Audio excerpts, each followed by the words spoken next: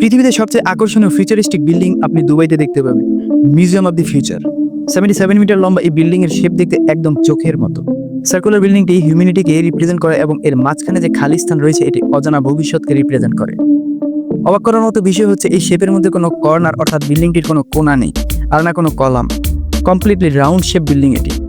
একে 4000 মেগাওয়াটের solar energy দিয়ে পাওয়ার করা হয়। স্টেনলেস স্টিল দিয়ে তৈরি। এর বাহিরের যে কভার রয়েছে মূলত সেটি 1024টি স্টিলের প্লেট দিয়ে বানানো। এটি 1 কিলোবাইটে অবস্থিত 1024 ব্যাট থেকে অনুপ্রাণিত। প্রতিটি প্লেটে 4টি লেয়ার রয়েছে আর প্রতিটি লেয়ারকে 16টি স্টেপে কমপ্লিট করা হয়েছে। এই প্রত্যেকটি প্লেটকে সম্পূর্ণভাবে রোবটের মাধ্যমে বানানো হয়েছে। ক্যালিগ্রাফিতে এখানে UAE এর শেখ মোহাম্মদের সবচেয়ে আইকনিক শব্দাবলীর শামিল রয়েছে। এটি পৃথিবীতে একমাত্র এমন এক বিল্ডিং যেটিকে সম্পূর্ণভাবে ভাষা বা শব্দ দিয়ে কভার করা হয়েছে। আর এর ভিতরে যখন আপনি প্রবেশ করবেন আপনার এমনটা মনে হবে যেন আপনি 100 বছর এগিয়ে ভবিষ্যতে ভ্রমণ করে গেলেন।